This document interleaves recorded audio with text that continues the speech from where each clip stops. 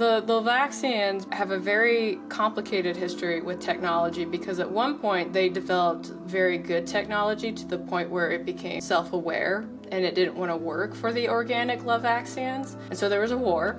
It lasted a really long time. Andrew's really good at making me not talk about things, but Andrew's not here. First of all, thanks for coming back. This is going to doing a follow-up interview to our one at SpaceCon. That interview went really well, and we talked about a few things that turned out to not be on camera. And I'm not exactly sure why, but I really think the fans of Dirty Deeds are going to want to know the things we talked about. Okay. One of the questions we asked you then was, in the scene where Spingy steals something from Sulia, you told us that was her hoverboard. Yeah, her solar board. Yeah. Yeah. So, okay, so it's called a solar board. And yeah.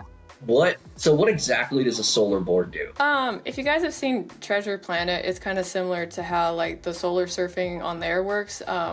And it's actually really similar. I can't pretend like it's a unique concept. But it's just something where you, instead of like going through like skate parks and stuff like that, you can like do it in the air. And so what I thought was really fun about that is that you can still treat it like skydiving. So you can do everything to get up in the air, and then you can like fall down to like the earth and do all of the spinny stuff. So she'll build up, she'll use the solar part of it to like build up so that way she can get in the sky, and then she'll shut off so she can do all of, like the sky falling after that. Oh, okay. So it's kind of like an up down kind of thing. Mm-hmm. Mm-hmm. And so you said that was her hobby, and it was a mandatory hobby. Can you talk a bit about what that was? Yeah, so Lavaxians, they have, in order to stay optimal in how they function, they have to have mandatory hobbies that they do for recreational purposes.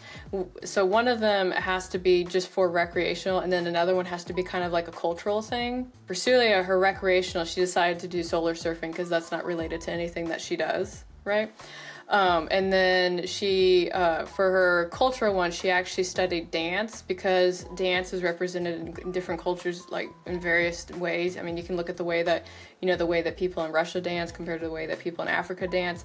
And I thought that would just be fun, just because she's very like kinesthetic, and so that would kind of match into like her movements and give her like a little bit more grace when she's doing a lot of her maneuvers when she's trying to like not get shot. So. Oh, okay. So it kind of plays into her like agility and. Mm-hmm. So what kind of dance? Does she have a specialty? Has she just studied it all? She studied like all like the core cultures that were within the Federation, because the Lavaxians are still part of the Federation. There's thousands, there really is, but because she's so augmented, it's really easy for her to study it, but it's also very easy for her to pick things up because there's a lot of things that when you look at dance, they have in common. For example, when was this? This was like, I think this was in middle school when I first started doing this, because for PE they had us do cultural dancing for like an entire semester.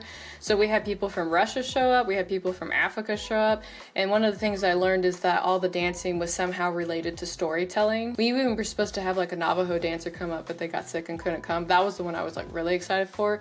But I did attend a couple of, I don't want to call them powwows, I don't think that's the right word to use right now, but they would have like open invitations where outsiders could come in and watch the Native American dancing, and somebody would actually explain like the storytelling that was involved with like the dance moves and things like that. It's really fucking cool. So you say it has to be one recreation, so like a sport, and the other one cultural. So what I was wondering is like, do you pick from a list that's approved, or is it kind of like, hey, this is what I enjoy doing, does it meet the standards? They've got a list, and it's like thousands long, so they can like go through it all and pick which one they want to do, and it doesn't have to be approved. Once they pick it, they're like, okay, that's it.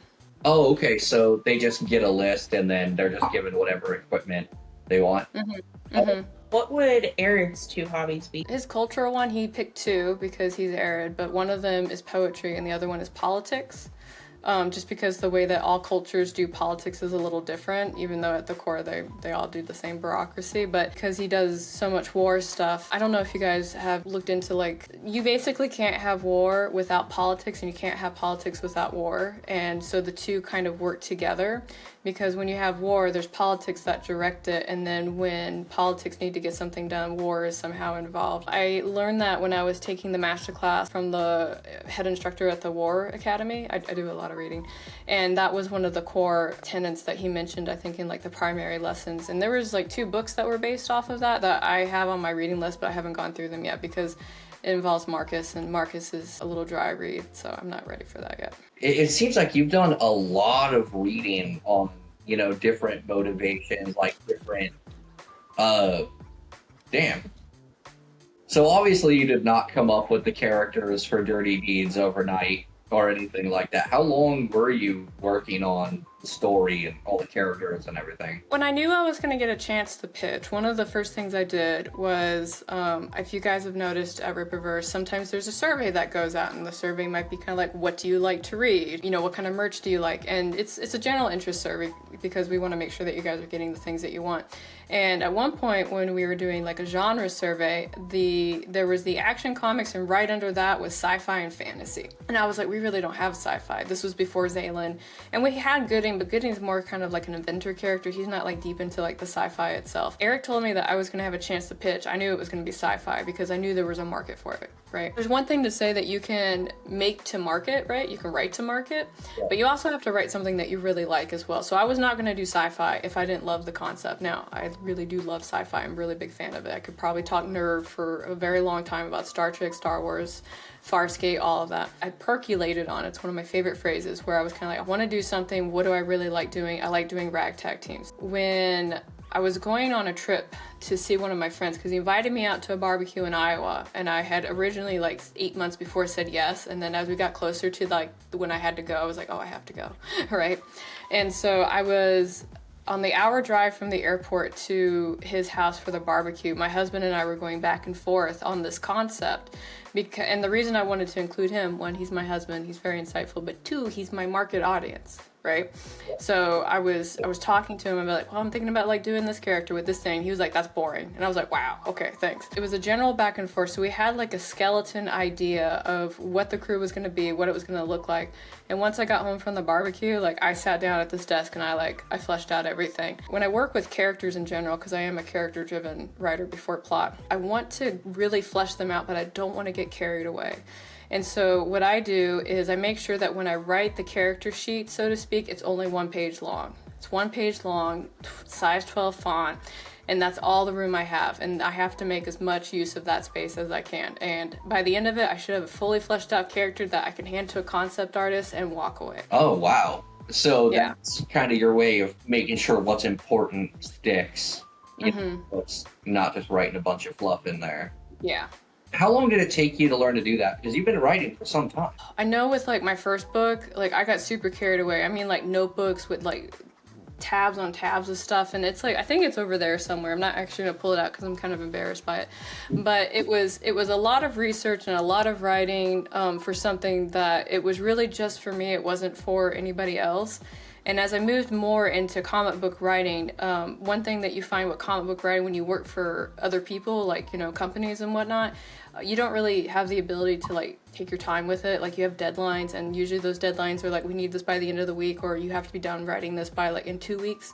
So I got really good at just kind of trimming the fat on my process to get it to that point. It's been very beneficial for me. It's been beneficial for the team as well. And I guess that's the other thing, because as I was working with different team members, I was like, this isn't working, or that's working, or I need to stick with that. And the one thing that I know with artists and concept artists is they don't want to get bogged down with too much information. They want the essentials, and having like that character sheet with like the essentials helps them, and it helps me too. Even though I know the characters in my head, when I have to go back to the writing, sometimes it's good for like to go back and refresh it, especially at the starting point, because right now in my head I'm like on season 3 of Dirty Deeds, and so I always have to bring myself back to like, where are we right now, because we're definitely not at season 3 right now. That's one thing I imagine that's got to be tough to work in that kind of environment, is not to just run off with it. Mm-hmm. So speaking of Arad, he has augmentations as well, right? Yeah. Since Sulia's been heavily augmented, Mm-hmm. Arad probably has a terrible amount of augmentation, or does he have a much lower level? Sulia has like a chassis because when she has to keep up with like the warriors on the battlefield, she's not at the same physical prowess, and so what she did was she augmented herself to keep up with them, to keep them alive. Arad has like an arm and a leg replaced right now because he lost them. Those are like the big ones. After that, it's the basic neuro stuff. One of the things I wish I could like actually show in the comic, but it's really hard, is that when Lavaxians sometimes are like talking to each other, what happens is like their eyes will kind of like do like a little glow flash thing, unless they turn it off, but they just kind of leave it on to be polite, so that way everybody knows that they're talking to each other. So they have that's in there. They've also all got ports as well, and similar to like the Matrix, so when there's like a thing where they have to download like or process new information, it will be done that way. But that does cause a cognitive overload as well, so you can't just plug it in and like bam, I know new stuff. There's like a moment where it's like that was a lot to like process, I need to take a nap now. Oh yeah, like the body, the biology side of it's got to catch up with the. Yeah, because they still have typical brains. They're not full robots. So I think the best thing I can compare it to is like when you were in high school, or at least when I was in high school, and you just spent 8 hours a day being told to process new information. By the time I would get on the bus, I would just be exhausted. I would be like, I don't want to do anything, I don't want to do my math, like. And all I did was sit all day and learn shit, and it just like really took it all out of me. Oh yeah, I've read some books, and it's like the best I can do is a chapter a day if I'm gonna hold on. So you're just tired for the rest of the day. Mm-hmm. Yeah, no, I totally get it, and I imagine the things they're learning are probably way beyond one book's worth of material. Not to backtrack, cultural hobby. It was both poetry and politics. What was his recreational hobby? No, strategy games. He really likes strategy games. Oh, Chris. Strategy games, does that mean that not all recreations are physical? Like they're not all physically demanding? They are not all physically demanding. They're all not like sport recreational. It's just like for him, he likes anything that involves like odds or strategy, even if it's like something as basic, well not as basic, but even if it's something like poker, right? Because that's still a strategy game. I know a lot of people are like, that's not strategy. Oh no, it is definitely strategy. So then the purpose of those recreations is not necessarily to maintain their physical form. No, not for him. No, I think he's fine. I was kind of imagining it was just like a form of PT. That they just had to do the same shape. No, I guess when I'm talking about recreational, I'm talking about things that you do for fun, right? So you could go running, you could read, you could sew, you could crochet like I do. I was very close to making Arad a painter, but I was just like, no, I can't see it. I can't see him painting. So the augmentations, are they military specific, or does everybody on that planet have them? Oh, that's a good question. No, not everybody has it. So the too long didn't read. Of what I can share. Don't judge me, Andrew. The Lavaxians basically have a very complicated history with technology because at one point they developed very good technology to the point where it became like self-aware and it didn't want to work for the organic Lavaxians. And the Lavaxians were kind of like, but we made you, so you have to do what we want. And then the technology was like, no, we don't. And so there was a war. It lasted a really long time. And at the end of the war, they were kind of like, okay, you know what? We're all still Lavaxians, even though some of us are organic and some of us are tech-based. But we can't keep doing this war because it's not sustainable for you or us. So they logically came to like, we can't keep fighting all the time. So what they have is a type of symbiotic relationship right now that comes in a spectrum. So a lot of them are kind of in the middle, right? Where they're organic where they're working with the technology that they created. But you do have the extreme sides where you have like the pure organics who are like, we will not go with the technology. And then you have the full tech that's like, we will not merge with the organics. And the reason that's allowed to come out is because those counter voices can sometimes come and like provide like perspectives and reasons that the middle isn't going to like always see. So it's a weird counterbalance. So most of them have tech and some of them opt not to be part of that. Okay, so there are kind of three distinct cultures there. Yeah. So it's not just military, but are all military augmented? No, so the reason that they're not all augmented, it really depends on what role you want to play, is because one of the downsides of being augmented or have metal in your body is somebody can just put a giant magnet over you and pick you up, right? Yeah. And so there's usually going to be an organic that's somewhere that's to help like counter that if they can. But the sad thing is like they're still squishy, so they have to be like really careful about like who they put out there in those moments. Since you and I both speak army. Uh-uh. So are the augmentations, for those in the military that have the augmentations, are they like MOS specific? They can be, yeah. So like for Sulia, like anybody who has Sulia's MOS or her job, like they have to be augmented. And that the reason is because they have to meet like a certain physical standard. So if they can't meet the physical standard to do the job, then they don't go.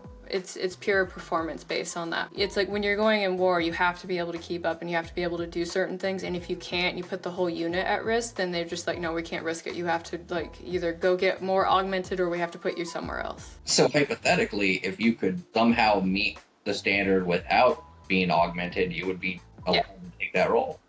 Yeah.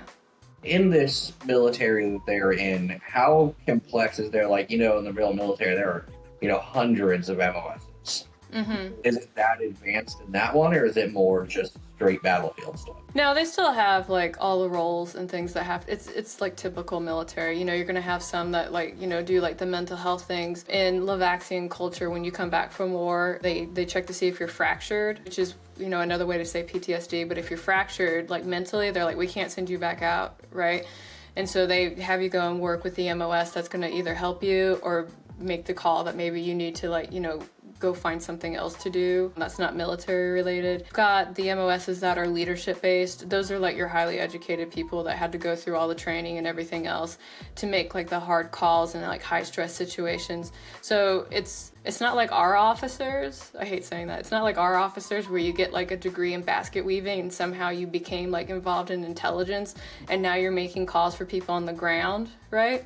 I know that the people that do that actually still go through training, but it's kind of like the entry level is very abstract. Side note, in my MOS, I had somebody who was my commanding officer and he had a master's degree. And I was like, oh, that's really cool. What's it in? He was like, what's in baby psychology? And I was like,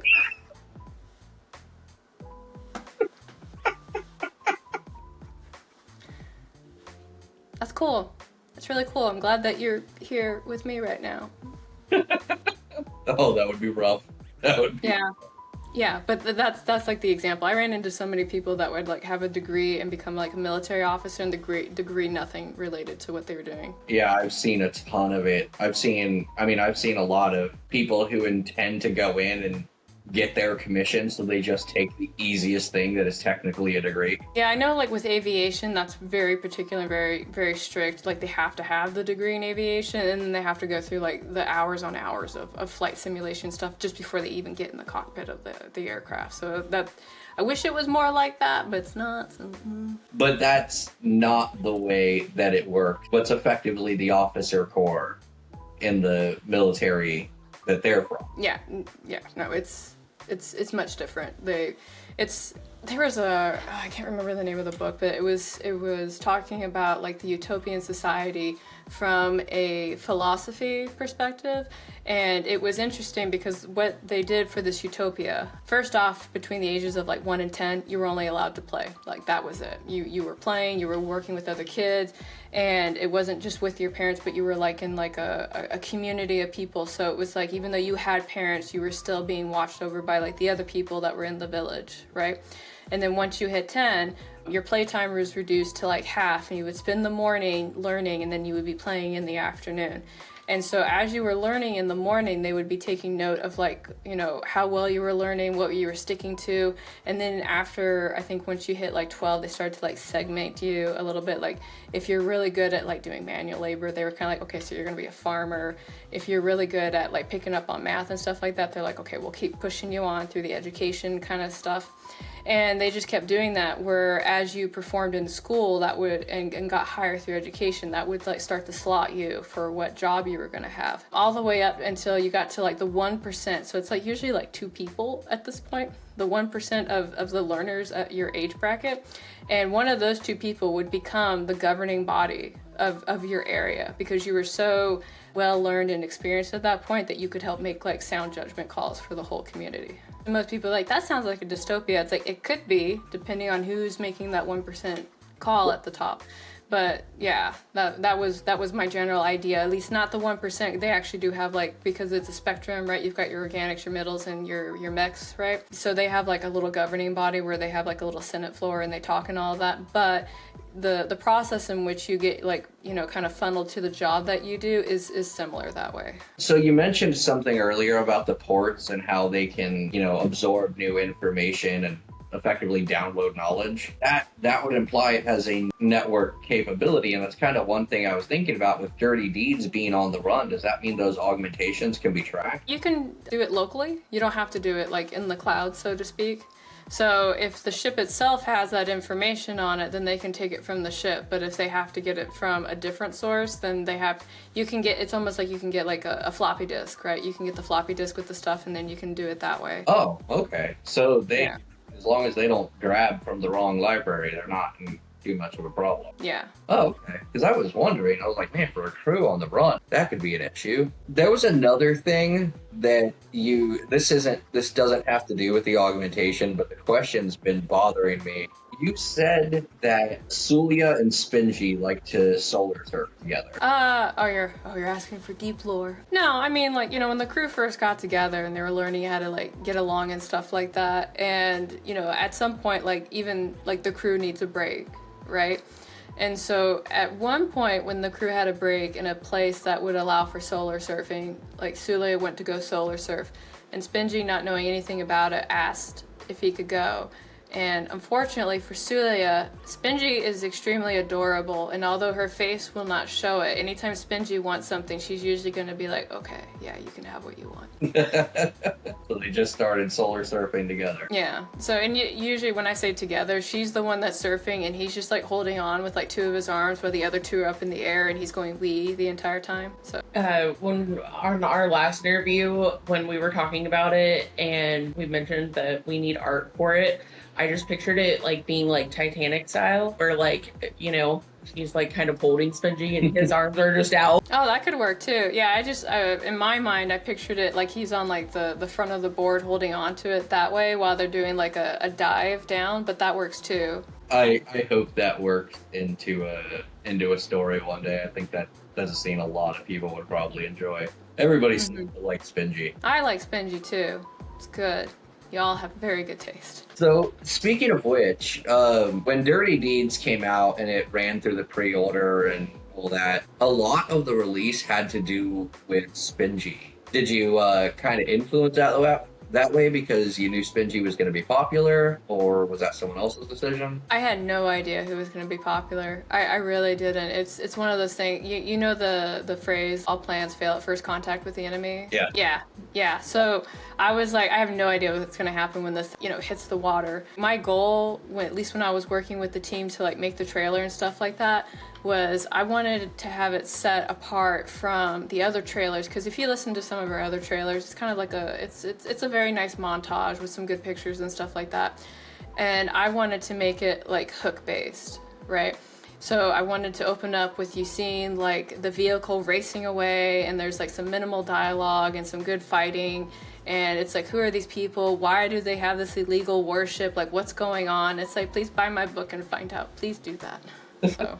But when Jordan was making the trailer, and I didn't know how many panels I was gonna have, so I gave like 4, and then I gave her the pages, and so she was like, I want to use the Spingy page, and I was like, you can do whatever you want with the Spingy page, and so that was her big contribution to that, and she made all the eyes blink and everything too, and I was like, that's so fucking cool. That's so fucking cool, man. What I've seen from animation, from what she's capable of, it's because I do a deal of editing myself. It's always really impressive. I have some idea of what you had to do to get there. This is dedication. All I did was I wrote the script for the trailer, and then she would like ask if things were okay, and I was like, it's all beautiful, and she's like, yeah, that's nice, but give me actual feedback. And I was like, oh, can you tweak it this way? And she's like, yeah. I was like, okay.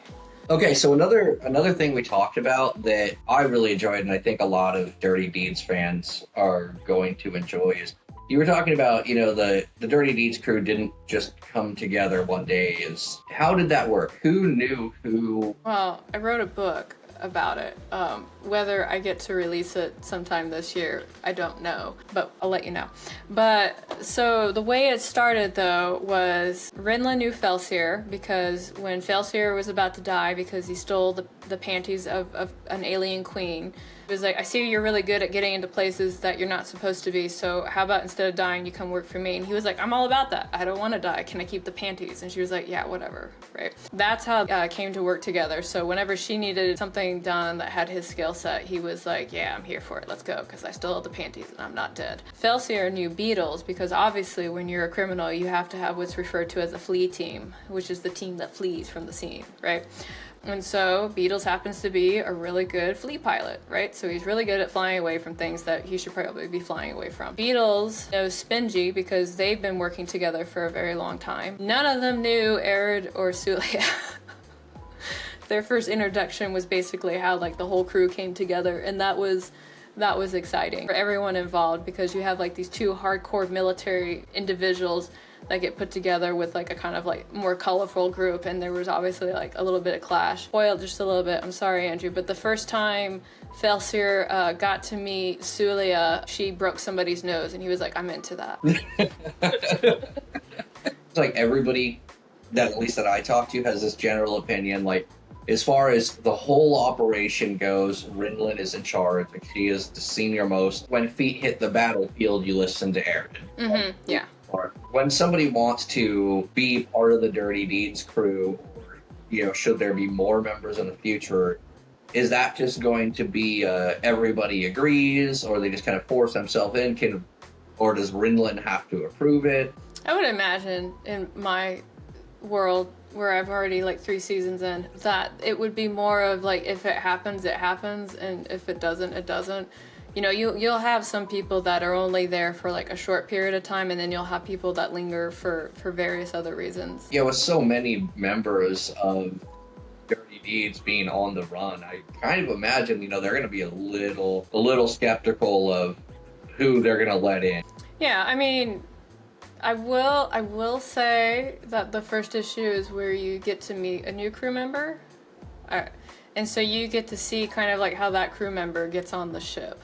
But even in that case, it's still kind of temporary, because it's like, we need you to do a thing for us, and until that thing is done, you can stay here. So it's like a business arrangement. But I will say most of the time when there's somebody that's on the ship, it's because they all have like a bounty on them, and it's one of those things where it's like, well, I can't turn you in, because if I turn you in, then I'm gonna get turned in, and like nobody here is winning, because we're all gonna go to jail. Whole crew held together by mutual destruction. We talked about this earlier. You were telling us a bit about Nurse, and Nurse was a requested AI, but you said that all of them have an AI. So does that mean that Arad's AI is just kind of a standard issue one, or is it just not played a super big part yet? Arad's AI is very busy protecting his brain right now. What do you mean? Very busy protecting his brain right now. That's called foreshadowing. We talked a little bit about Spingy's weaknesses. We talked about the protein and hydration and him being able to run out of silk. You mentioned that there were a few other ones too. I mean, he's based off of a spider. What do spiders not like? They don't like being cold. He's a little more sensitive to the cold than everyone else. The real reason he wants to hug everyone, I'm cold. When we had the interview last time, you had mentioned that with Beatles, when he's saying sweetheart, things like that he's actually speaking to his ship. Mm-hmm. So with that, and especially because he is basically a robot boyfriend, with that, I know before Dirty Deeds had come out, before we knew their names, and so Rinlin had just been referred to as the girlfriend. Are Beatles and Rinlin a couple, or was that just a suit? You know, I think it was because the sweetheart thing, everybody thought that they were together, but I will let you know that Beatles is in a very committed ship, I guess I slipped it, is in a very committed relationship with the ship. So the ship also feels the same way? Oh man, what a question. I guess you'll have to read it to find out. Technically, it hasn't been greenlit Or if it has, it has not been announced to fans. No, Eric slipped it in a live stream. So there is an issue 1 that's coming out. Any idea when? Yeah. I don't know. Once upon a time, I had a schedule at work, and then it was discarded. So I have no idea what's coming out when right now. But you've already written it then. Oh yeah. I mean, I'm on season 3. So like I've written a lot. Can't remember why we had some downtime in June, or it was July. It was right after Norfolk came out. But we had a little bit of downtime, and I literally spent every morning of that month just writing issue after issue until like I was like, okay, I'm stockpiled on stuff. So at any time when Eric says go, I'll be like, it's already done. Like just take it. That's also while you're writing your the articles you write. I can't remember the name of the platform. Substack? Yeah, Substack. Yeah, Mm-hmm. I remember you wrote, after I think it was the first time we met, you wrote a whole article on what we were talking about, like explaining pacing and comics versus... Yeah, when you were asking about it, I was like, I should make a Substack about that. Well, it was really cool. I went and read it, and Yeah. So it basically finished the whole conversation for us. And I was like, oh, that's awesome. Like, she finished our conversation for it. You must have been writing like crazy to write. Because, I mean, when you said you were on season 3, I thought you meant in your head. No, I wrote season 3. I'm already like, I put a lot of work into it just because I never want to be the thing that's holding up the process. And another reason is because I'm the kind of author where when I'm going to write like a story arc, I want to write all of it. And then if there's something that happens in issue 9 that I can breadcrumb somewhere else, then I want to do it. Versus like putting it out and being like, oh man, I wish I could have breadcrumbed that in this issue, but I didn't get a chance to. I can't remember which Sullivan it was. There's a bunch of Sullivan writers, but he is really well known for wanting to write all of his books and then he just releases them at the same time. So he'll write like 9 books and just release them all in the same day. And his foreword, he had mentioned that, and I was like, that is so fucking smart that I'm going to do it. And part of the reason I wanted to do the 3 seasons is because that's pretty much like the full story, intended story of Dirty Deeds, and then after season 3, that's kind of where I can like branch off and do something else. I guess the core story, I'll say it that way. How many books would be covered in 3 seasons? For me, it's 9 issues per season. Oh wow, that is a Yeah. story. Yeah, I got that from a Celtic Irish theme because they like to do things in 9s. And so I was like, I can do things in 9s.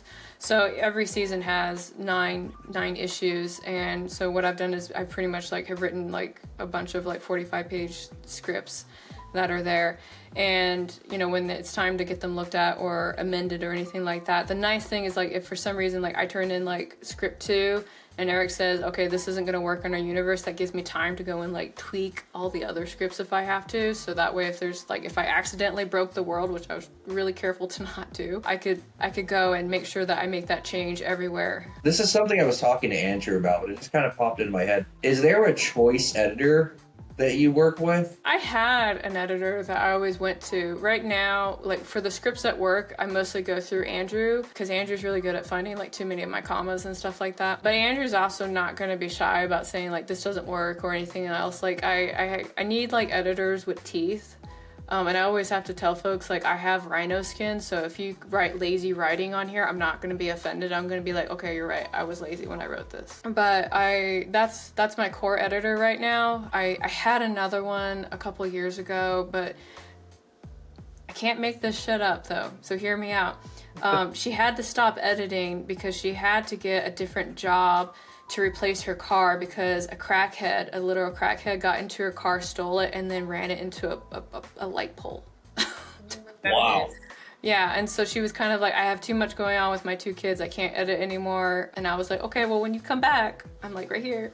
What's up? But she was really good. I really liked her because she wasn't shy about like pointing out like cultural discrepancies and stuff that I was writing, but she would always word it in a way of like, you did this is like the cultural implication. If you think that your character's going to do it this way anyway, then just disregard. I just want you as the writer to be aware of it. I'm like, I really appreciate that. Thank you. Not all writers are like blunder into like cultural taboos on purpose. Sometimes it's just an accident because they just didn't know. I don't know why. I knew you were a pretty accomplished writer. Like my wife, not my wife, this is my cousin. My wife has read your other books and loved them, and oh, wow, yeah. Yeah. One of my friends, like for my birthday, got me this painting, and I was kind of like, I don't know how I feel that you got me a painting of the cover of my book, but thank you. So, and then at one point I was like, I should market my shit more. So now I just have it like over here in the background. Hey, look, it's my cover. I mean, this is completely unrelated. My wife was griping so much at people. See, and I'm not sure I completely understand this, but she was saying that people aren't putting reviews, and that hurts books. And she was telling me to go put a fucking review on it because she's like, I want the second book. Yeah, no, she's absolutely right. Trying to get a review is worse than getting beta readers to read your shit. When my book first came out, I only had like 2 reviews, and I was literally watching some people like see my book, but because they only had 2 reviews, they didn't trust it, and I was like, fuck, like what am I gonna do, right? And so there's a website I went to, it's called Booksprout, and basically with Booksprout you can give your manuscript to up to 20 people, and so they'll read it and leave a free review. Right, or rather, they'll leave a review because they got the book for free, right?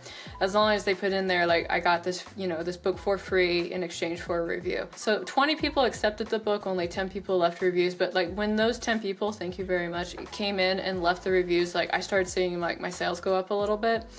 But yeah, if you read a book and you really liked it, or you hated it, or you thought it was like a meh burger, leave that review anyway. And sometimes like the stuff that you don't like about books may be an indicator for somebody else that it might be a book that they like. So my favorite review that I ever read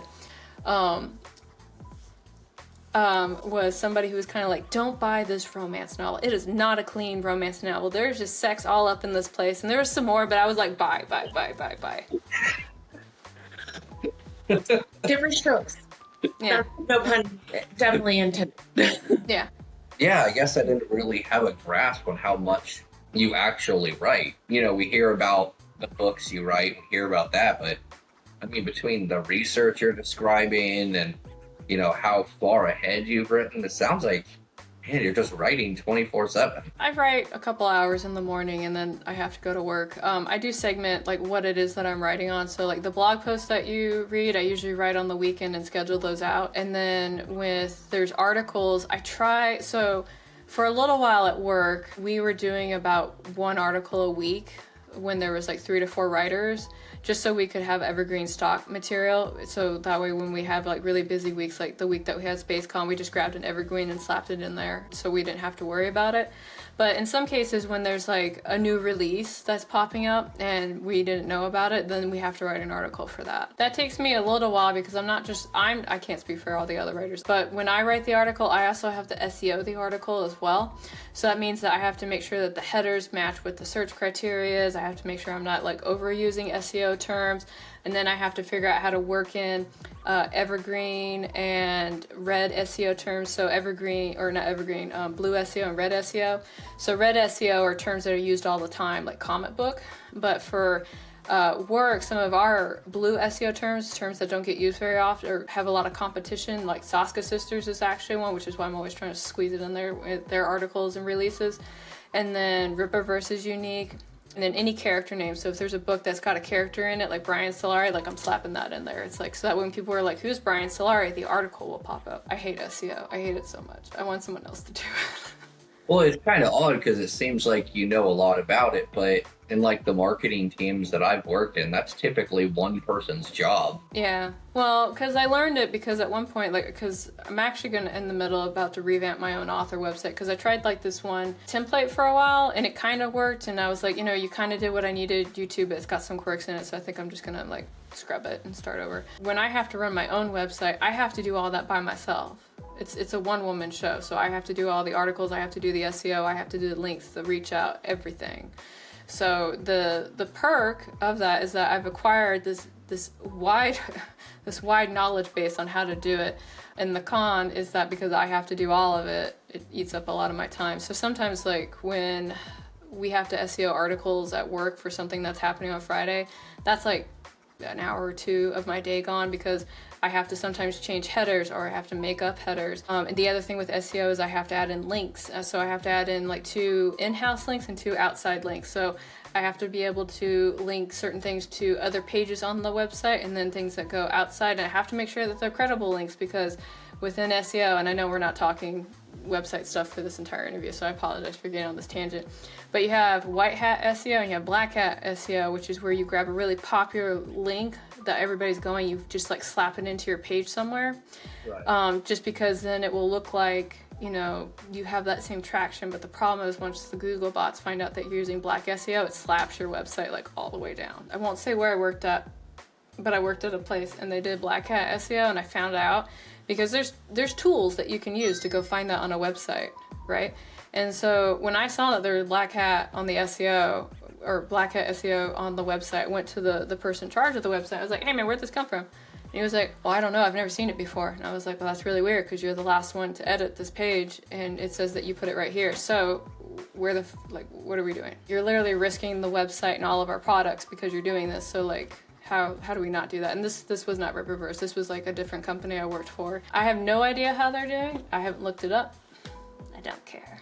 Creative field, a lot of times you're working for yourself until somebody hires you, so you do have to learn a lot. When you want all the creative control, you get all the creative control and all the creative work involved. But it is handy to understand some of that stuff just because the example that I gave you, right? It allows me to understand what I'm looking at and when it happens. So that way I can call it out. Because if I hire somebody at one point to do my website and it's covered in black hat SEO, I'm going to lose my shit. Yeah, your role at Rippaverse must be bigger than people think with with the kind of demonstrated knowledge base you're working with. That's a hell of a lot more than what looks like on paper. I juggle a lot, yeah. Jump back to Dirty Deeds really. Yeah, sorry guys, sorry. You mentioned Felsiar's from a pretty big family, and then he was tied to syndicate. Mm-hmm. And you also, total side question, but does that mean that the alien queen panties are still on the Dirty Deeds ship somewhere? There might be a time when you can see his room and find out. Okay. All right. Is he still close with his family and with the syndicate, or either one, or did he kind of leave all that behind? He's very close with his family. The syndicate's a little tricky. I don't want to dive too deep into that because that's a core story element and an issue later. But he's still close to his family back home. Oh yeah. Imagine like a table full of Italians, talking over each other all at the same time. It's pretty much like that. Honestly, if you asked me to imagine Felsiar's family, that's pretty much where I would have landed. Yeah. One thing that you told us about is his expanded lungs and how his mask is actually drawing in more air. Mm-hmm. I assume he just breathes normally through his mouth on his home planet. Yeah, he still breathes normally. Yeah, they don't need that. It's just imagine if you go from here and you go to Denver, right, and you try and run. Yeah, so that's what it's like. It's serious altitude sickness, lack of oxygen. I remember when I went there for the Denver Fan Festival, or the Denver Con when we went up there. And it's been a long time since I was in that kind of altitude, and I remember waking up in the middle of the night going I can't breathe. I was literally gasping because the oxygen was just so thin up there compared to here. Okay, so it's more, so he wouldn't have, it may be in future episodes they were on a different planet or something like that. He may not be wearing the mask all the time. Yeah, he doesn't, when I was walking around Denver, I didn't have a problem breathing, but when I got active and had to move a lot, that's when I was like, bleh, bleh, bleh, bleh, bleh. What makes me wonder is, so far we've only seen the Dirty Deeds crew on one planet. Yeah. It kind of made me wonder. So he carries the mask around, but his normal planet, would it have more oxygen on it? And so he can breathe normal? Is he just carrying that because he knows there's less oxygen on other planets? Or is it kind of just a normal thing to have? If he was on his home planet, then he wouldn't need it because, he would be fine. Except if, of course, he goes up on a mountain, right? Because they have low oxygen up there too. But in other places, it's, it's just a thing that he needs in general. So he even tries to train to a point so that way he can try and work in that. But again, there's a physical limitation to that as well. Again, his lungs are huge, so he needs more air. So that's just kind of his species, just has those huge lungs, and Outside of Yeah. that, mask isn't really like a super abnormal thing. Like other species might need something like that too. Yeah, pretty much. I mean, it was when I was toying with this concept, I was originally actually going to have Rinlin be the one that needed more oxygen, but like when I looked at like how she was developed, I was like, that doesn't make sense. Like she literally looks extremely humanoid, right? And so the idea of her trying to, you know, have that particular flaw didn't make sense to me. But when I was looking at Felsiar and like how I call it the Dorito body, right? And I saw like the Dorito body and everything like that. I was like, it makes more sense for him, the guy with larger lungs, to have the air problem. And it also is it's a good weakness too. I wanted to give everybody like a different kind of weakness that was due to how they evolved in some shape or form. So you've got, you know, Arad and Sulia, who if they get too close to like, you know, a giant magnet or whatever, they're going to be like suddenly like, you know, stuck to the wall or something like that, which I thought was a good way to counter like just how, you know, strong it made them. We've got Felsiar, who's extremely agile and everything else, but if, you know, he doesn't have his mask, then he's going to have like breathing problems. You've got Spingy, who, you know, he needs liquids, he needs protein, he needs to stay warm, or, you know, he's got those suffering things. And then Rinlin's ability, it's one of those things where it has its own natural consequence if it gets used too much. I don't want to dive too much into that, but that's how I wanted to do that. And then Beatles, at the end of the day, if somebody can figure out what his frequency is, can just like beep. Oh wow, not protected against something like that. Everything has an off switch somewhere. Right. Yeah. That was actually, if you remember from Star Trek, that was like Data's like big secret that he only told like 2 people. Oh, I wasn't a big Star Trek fan. I didn't know. Oh, so Data, nerd talk, Data actually has an off switch. It's right here. Okay. And so he only told 2 people. He told Beverly about it because he's like, if something happens, I need you to be able to turn me off. And this is where it is, but don't tell anybody. Right. And that was like a really big thing. Now, naturally, his evil twin brother also knew about the off switch too. So his like twin brother came over and like turned him off one day, and he was like, "Now I'm you." Tee-hee-hee-hee. Always the evil twin. It's always the evil twin. I did have one about Felsiar, just because I was picturing him and his Italian family. Mm-hmm. With Felsiar, he's very much your Gambit. Yeah. He is the ladies' man. He has got all the charm. Is that more so just him specifically as a character, or his species in general? I mean, his entire species is very flirty. Like, again, when I was looking up the most promiscuous species on Earth, it was a cat. And so, you know, they're all very flirty. They also don't respect like personal space. Yeah. And they actually like you. What they do is they lean on you, and like even if you're kind of like, don't touch me, they're like, oh no, this is like a thing now, right? Like I'm never going away. So they do stuff like that, and you either get used to it or you just learn to like not do business with them. Like I think my favorite example is actually when I was living in Fort Walton Beach for a little while, and like that is stray cat like capital. I've never seen so many stray cats like anywhere. And they're really good at being kind of like, oh, I'm just so cute. Don't you want to feed me? Like, oh, don't you want some? Yeah, you want to feed me. Do you want to pet me too? I got covered in fleas. Don't mind that. But don't you want to pet me and give me some like cat food? I'm super cute. I'm gonna kill this rat. They're just a very flirty species. And then if they find out it makes you uncomfortable, it's just kind of like, I'm just gonna do it more. Oh, so this has definitely been an issue on the Dirty Deeds ship then. Maybe. So obviously, you know, you've been a successful writer and, you know, been able to do all these, accomplish a lot in writing. What's your top 10 advice on other people like who are trying to learn to write or trying to go, you know, from amateur to pro? I'm happy you asked, and I even have like my handy dandy list right here because you warned me you were gonna ask me this question, so I really appreciate that. Thank you. So I guess the number one thing I would say is just start writing, even if you think it's complete shit, or you're like, even if you're writing like this is the worst thing that I've ever written, like go ahead and write it anyway, because let me tell you, like the magic to fixing it is called editing. So even if you're kind of like, I hate this, I don't like it, you can fix it later. You don't adapt to writing if you just wait for the perfect, you know, prose to come to you. Just go do it, even if it's dog shit, and fix it afterwards. The second thing is tell people that you're writing. People are actually generally really curious about writers and what makes us tick, and they want to know if we are in fact as morbid as we seem to be portrayed in media. The answer is yes. We usually are, because we look up very interesting things in order to write our characters, but it's also a commitment thing. When you tell people that you write, you're basically announcing that I am writing, I am going to keep writing, and it's something that becomes part of like your identity to a point. So don't be shy about telling people that you write. If you're writing in comics, I think I mentioned this when we were talking in San Antonio, but you need to learn to also trust your artist a little bit as well, because your artist is also a storyteller. So if they come and they're like, hey, I saw that you wrote this, I think it would be better this way, take a look at it and, you know, see how you feel about it. Don't be a type of person that has like this iron grip on your script and it has to be followed a certain way and everything has to be changed so it meets the vision in your head that didn't make it to the page, so to speak. That makes everybody miserable. And the one thing I will tell you is if you are that kind of writer, your artist will tell other artists, and you're going to have a hard time finding artists because they're all going to know that you're a control freak and they're not going to want to work with you. So on that 4, I would say that you need to learn how to network as well. Go meet other writers, whether it be other indie writers or professional writers or published writers or anything else like that. Because what's going to happen is, I know a guy, right? So if something happens to come up and like where somebody works, it's like, you know, we just talked a while about SEO, right? Well, after this interview, if somebody knows me, it's like, hey, I need a guy that can SEO. I don't need like a super expert. It's like, well, Carrow can SEO, so why don't we ask Carrow? And the only reason they might do that is because we networked and we talked, and I mentioned, again, all the stuff I know about SEO.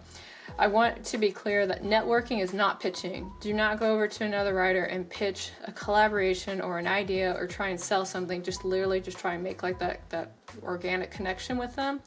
And make sure that when you're networking, you can, I would say, network in a way that is comfortable to you. Don't just people collect to collect them, but like be picky about it. Like don't try and like be friends with somebody that you don't like just because they have like 5,000 followers. Followers don't equal sales. I'll tell you that much. Number 5 is read a lot. And even if you can't afford books or comics or anything else like this, there's this amazing thing. It's called the library. Pretty much everything that you would want to read is going to be at the library, and if it's not, you can request it. They'll get it from another library and you can still read it. A lot of them are moving into e-libraries right now, so you can read everything digitally if that's how you want to do it. They've got audiobooks, they've got everything. I personally go through 1 book a week right now, which I know some people are like, that's a lot, but I have audiobooks, I've got regular books, and I read a lot but that's how you're gonna learn, and that's how you pick up information. So like in San Antonio, when we were talking at one point and I was like, yeah, I read this study about Eskimos and about how Eskimos have like smaller lungs, right? I didn't go looking for that, like I read it at one point. And all that information at some point will feed the back of your brain when you're doing like story concepts and stuff, and it'll be something that you can pull from. 6 is go to conventions and go talk to pros there. You can be a fan or anything else like that, but you can say, look, I'm a writer, could you give me some advice, or is there a craft book that you would recommend? I recently went to the Dallas Fan Festival, and I got to talk to the writer and the director for Batman Beyond. It was super cool. I hugged the director. He's a great hugger, by the way. They also had this book about Beyond the Bat, which are like little mini essays of things that they encountered while working on kid shows and Batman Beyond and stuff like that. And it's been amazing. It's such a fun thing. I would never have found this book if I had gone and talked to them. Did they pitch the book? Yeah, of course they did, because they have to make money too. But that's a really good resource if you haven't read it yet. When you go to conventions and you talk to publishers and writers, please don't pitch. And the reason I'm saying don't pitch isn't because your story is not good, but conventions, people at tables see like hundreds of people. They see hundreds of them. So if you come and you try and pitch your idea to them, it's gonna go one ear and out the other. I would recommend taking a business card and saying, I would love to talk to you about maybe, collaborating. Ask for their business card and ask if you can follow up in a couple of days, and just shoot them an email. You may have to shoot 2, just because like it depends on how busy they are. I would do that. Like go to conventions, talk to pros, get advice, buy books from them if you can. So number 7 is enter contest if you can. Flash fiction, short stories, whatever. Get used to doing that, get your name out there, and get that feedback from the judges, because sometimes that feedback will help you develop as a writer as well. It's also something that you can add onto your resume, like I won the Flash fiction award of something. So writing credentials are good, and the nice thing is that you don't need a writing degree or a certificate to enter the contest, you just have to write. Number 8 is professional development. So this kind of ties back into number 5, where I said read a lot. If you can do some kind of professional development, whether it be doing Skillshare or reading a craft book, or if you want to take a class, you can take a class. That's up to you. Classes can sometimes be expensive, but they'll give you a piece of paper that says that you know how to do the thing that you know how to do now. So there's that. But craft books are, I think, really, really good. And again, you can go to the public library, you can read them for free or request them. And if you read like one a month, you'll still be like further along in your craft with the craft book than you would be without it. A couple of them, I'm just looking at my shelf real quick. So Writing Dazzling Dialogue by James Scott Bell, that's a really good one. I would really recommend that for people who struggle with dialogue, because he's got like a really great way of explaining it. Writing Character Arcs is a really good one, especially if you're a new writer, because it talks about the lie that your character has to face and overcome over time. It's written really well. Seven Figure Fiction by T. Taylor is a personal favorite of mine, just because she talks a little bit more about the business of writing, and she's the one who's the book I read where she said you have to write something that's better than the $7 latte, because people will buy a latte because they know it won't suck, right? So yeah, there's a bunch of books out there like that, and it's just it's all for your betterment and everything else. And sometimes you can take a professional development class that could be in something in science, right? When I was a teacher, I would obviously, I'd have to do mandatory professional development, but one of them was on the new edition. It was the DSM-5 at the time, and so what we did was we went through the diagnostic manual and all the changes that were made. And so it was interesting because I seemed to be the only one in my school that knew that autism and Asperger's had been merged together. And so when people would come in with the diagnosis, I would have to send it back and saying it's wrong because it's not the current DSM-5. So it's just stuff like that. All knowledge is good knowledge as far as I'm concerned. It's great at trivia night. And number 9 is protect your writing time. Even if it's an hour, even if it's 30 minutes, that writing time is yours. My poor husband, he's wonderful. I absolutely adore him, but he's very used to me at like 7 o'clock in the morning being like, I love you, go away. I have to write now. At the end of the day, sometimes my writing's what makes money in the house. So it's like I have to focus on that. I will say my 7 a.m. writing time is usually for fiction writing, and then I'll schedule like, the work blog and article writing for after lunch. Number 10 is one I had to learn the hard way, so I hope you guys don't have to. I would ignore any energy leeches that are in your sphere. You're always gonna have people that either want to take your fire or take your time or things like that, and they don't offer anything in return. Or what they'll do is they'll bog you down with things that aren't really relevant to you, like they want to gossip about another writer, or it's distracting you from what it is that you want to do, which is writing. And honestly, I don't really care what Betty Sue is doing, right? What Betty Sue is doing doesn't impact me. Unless I find out she's stealing my work, then that's lawyer food, right? Like that's completely different. But if there's something petty going on the side, guess what? If you ignore it, it doesn't matter. And then one thing I've found that's helped me out a lot with energy leeches, and I'm kind of showing my hand here a little bit, but I usually really act stupid about what they're talking about. They're like, oh, did you hear about that? And I was like, no, I have no idea. It's like, well, what about this? I have no fucking clue what you're talking about. Is this important? Can I go now? Yeah. Right? Or they'll come over and be like, oh man, what's going on with so-and-so? I was like, I have no fucking clue what's going on with so-and-so. Like, I don't know. I have no idea. I have the same thing every so often, somehow somebody works their way into your life and you gotta cut them off. Like, you just gotta take them completely out. Yeah, I learned it when I was a teacher, because let me tell you, teachers great at talking shit about each other, right? And I don't really care what, Mrs. whatever in the room next door is doing compared to like, Mr. So-and-so. Granted, I will say the guy that was also a real estate agent that took advantage of the teacher with the TBI and forced her to sign documents to sign for a house for a fee, like that was pretty weird. So I just don't trust that person, right? But when people would come and ask me about it, like, I don't fucking know, go ask the person that signed the paperwork, go ask the TBI person, right? It's fucking bogus. I wish that was not a true story, but it is. Yeah, some people just fucking suck. Yeah. The just came into my head when I went through film school. The book that they always kind of like, they're like, you want to learn to write, read this book. It was Save the Cat. What do you think? It's okay. There's Save the Cat, which talks about mandatory scenes that are usually happening within movies. It's also kind of matching like audience expectations a little bit. Counter argument to Save the Cat and Save the Cat writes a novel is that it makes stuff seem formulaic. I personally see it as kind of like a thing I'll go to if I'm like, my story's missing something, what is it? And I'll kind of like flip through, Save the Cat and see if there's anything in there. You could get writing story arcs instead, and that pretty much does the same thing. If you don't want to get Save the Cat, I would just say like get this one, Creating Character Arcs. But this is a really good one. She does have a couple of like Save the Cat beats that are in here, so to speak, but it's not as formulaic as it is with the Snyder book. Another one, this isn't so much a writing book, but it's like a writer wellness book. It's called Writer, Dear Writer, Are You Burned Out? And this is really good because if you think about like how isolated we are, and like writers are really bad about self-care because we put ourselves through like so much pressure, and even though we're really good at writing words, we're not really good at talking to people about like our feelings half the time unless we're having like a tantrum. So this is really good to keep you from being burnt out and like do like some self-awareness on that. I really recommend it. By Becca Smine. It's probably one of the top 4 I would recommend. For fantasy, I would say the fantasy fiction formula is really good. This is the author who was the teacher for Jim Butcher. And he's got a foreword in here that says, whatever's in this book, you should just fucking do it. And I was like, man, wise words by Jim Butcher.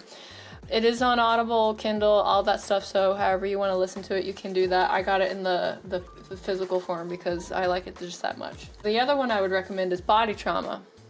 And the reason it says, you guys can't see it, but it says for writers. So that way people like don't think that you're psycho, right? Body trauma is actually, I really recommend this because there's been so many times I have read something and something happens and I was like, that it doesn't work that way. And they're like, oh no, it does. I'm like, no, man, I'm telling you, you're fucking wrong.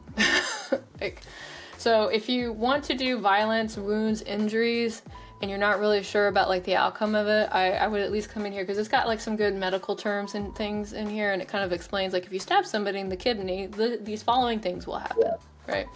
There's another one, I think it's called like Conducting Violence for Writers, so that's a really good one as well. Yeah, because there's nothing that's gonna snap your reader out of your story than when you like somebody gets like a knife in the heart, right? And then they just keep going. It's like, no, bro, like it doesn't. Man, I have noticed that so many writers are absolutely obsessed with the tension pneumothorax. And like I get sexy, right? Yeah. Like you get to pop them in the lung and then, I was at one writing group like way back, and I wrote something and it was like, I took took the back of my gun and gave him a nap tap, and somebody was like, how do you give somebody a nap tap? And I was like, you want me to show you? He said no, but I think he got the point, right? This is the book I saved for last. This actually came as a recommendation from the person who taught me how to write comics, so that was Reese York. So he was the director for Secret World. He worked on G.I. Joe. He was the art director for Blue's Clues as well. He's pretty cool. You guys should look him up. If you can afford him, please like commission him. He does a really amazing shit. But when I started writing, he was like, you have to have this book in your personal library, and it's called The Making of a Story, and it's pretty hefty. So my only downside is that I cannot find an audio version of this. I really want to, because that would make my reading of it a lot easier, but every now and then I'll open it up and I'll flip through it, and it does a lot of good things for me. So those are the craft books that I would recommend. Since you gave us the names, I'm just gonna go get the links for everything you mentioned and put it down in the description. Yeah, you guys should get the books, guys. Get them. Well, I mean, if you're gonna, you got names of books to suggest, like. Yeah, I know. Yeah, not everybody likes craft books and I'll be honest with you. Sometimes I see craft books where I'm like, that's a fucking cash grab. Like I know exactly what that is, right? But I've read all of these, so I can tell you that they're good shit. Yeah, because that's not necessarily what this interview was set out to be, but I think we told you about this before, that we were kind of trying to also build the foundational knowledge, because with Rippaverse, a lot of people came into comics and that's what they had on their shelf was I Saw 1. And now, we're trying to kind of build up that foundational knowledge. Many people that their first comic is ISOM. It's like that's super cool. Thank you so much. But I'm also like, there's so many good things out there. But I can't praise like the ElfQuest series like enough. Like it's probably one of the foundation stories that I grew up with. It's a story that took them 40 years to tell, and it's absolutely fantastic. Like I have tracked this since it first like entered my life. You know what? And it's interesting because when a lot of people like in the sphere are talking about wanting like diverse characters and free love and more like gay, bi, whatever stuff going on in stories, like it happens in here, but it happens super organically and it doesn't distract from the story and it's not in your face or anything else like that. So it always drives me absolutely batshit crazy when people are like, well, we have to make Superboy gay now because we need gay characters. Like, bitch, we've had gay characters. Like, you just want to make mainstream characters gay because you're a fucking blah, blah, blah, blah, blah, blah, insert Carrow rant here. You know, and then you've got new stuff that's coming out too. So it's like, I hear it in my ghost, right? I ran into this comic seller over at SpaceCon, you know, when we did the interview, and he was giving this out for like, if you had orders of like 30, and I was like, I just want this one, right? Like, this is the only one I want. And the reason I wanted it was because I looked at it and I was like, that has to be Ghost in the Shell inspired. And he was like, it actually is. And so we talked about it and he pitched it really well. And I was like, give it to me. And I was like, do you have the other 6 here? And he's like, I don't. And I was like, well, fuck you. I'm going to buy them all. But yeah, so it's like, you know, go out and read. Like I said, like read, just read. Like, go find more comics to read. Go see how those are being done. Read long form, read poetry, read the newspaper, read whatever you want.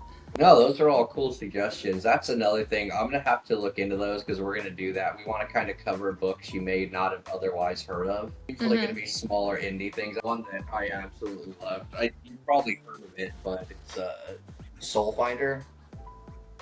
Yeah, yeah, I have, it's here. I had the hardcover. I got it, yeah. It's one I plan on covering it later. Oh, yeah, here it is. Oh, I got it, and I have another one too. Sorry, we're about to have like nerd talk here for a minute. Yeah, so no, I got that from Bell County. Yeah, that's the 4th book. That's tough. Yeah. I got all of them. Like, I walked over, I was like, give me everything, and he was like, okay, and then he handed it to me. I was like, no, give it to me in exchange for money, right? So that was funny. And then I have another one that I'm like stupidly obsessed with. This is an indie one that came out, and it's called Unicorn Vampire Hunter. Okay. And it is a comic about a unicorn that hunts vampires. And I was like, this is like the most amazing thing. Like, there's a unicorn stabbing the vampire through the heart with its horn. Like, I'm sorry. Like, that's amazing. I'm gonna have to look that up. Yeah, Unicorn Vampire Hunter. It's good shit. Have you read either Stray Dogs or Feral? I think I've read Stray Dogs. The one about the dogs and he's going around. It's like a serial killer who's killing a bunch of women. Oh, no, I read Stray Dogs, the manga. So that's different. Yeah, no, this one's about it's all told from the perspective of the dogs. And when the guy kills their owner, he takes their dog. That's kind of like the thing. He takes their dog and then injects them with, you know, something that wipes their memory. And the idea is now they think this is their house. It's always been their house. You know, this is their human. On one dog, it doesn't work. So the dog retains its memory of its owner, and then the whole time is trying to convince all the other dogs this is not really your home. Like, your human was killed, and your best hope is to side with me and escape. That's absolutely terrifying, and I have to read it. Send it to me later. My stack of books is growing. Yeah, I mean, thanks for coming back on. It's been awesome to talk to you about all this stuff. Hopefully we'll be able to talk to you again when Dirty Deeds 1 comes out. Yeah. That's gonna be good. I'm super excited. I hope so. I hope you like it. I mean, do. Dirty Deeds blew up. Like, when it came out, people got behind it so fast. And I think Rippaverse kind of was missing that sci-fi element. And then you just did such a good job bringing it in that I'm personally very excited to find out, because I missed that live stream. So I didn't know that anything was green. It was the live stream was when the Norfolka song came out, and Eric had like this open invite link, and I was like, I better go in case he talks about work, right? And so I was on there, and that's when Eric was kind of like, that's when he slipped. It's like, oh yeah, and we got like the book in the works, and so I was like, you haven't told anybody that, including me. But that's okay. That's how you found out? Oh, cool. What did you do? Did you just text him and be like, hey, what was that? Yeah, no, I was just kind of like, I'm sorry, did you just say, like, it's in the works? And he was like, yeah. I was like, Eric, you haven't told anybody that. And he was like, sometimes stuff happens on live streams. And I was like, having to tell people. I was like, it's announced, yeah. Well, that's awesome. I guess we'll reach back out to you when that comes out, and then hope we can talk to you about it. That's really all we had for now, so really appreciate you making all this time to come talk to us about all this random shit we had questions on. Anytime. Happy to chat about stuff. And obviously I love talking about books and books I read and with other people who also read books. So that's always handy. I'm sure the Dirty Deeds fans are going to be really excited to hear this because I've never heard any of it anywhere. I assume others haven't either. No, yeah, Andrew's really good at making me not talk about things, but Andrew's not here. Talk to you again in the future, and thanks for coming on. Yeah, anytime. Thank you.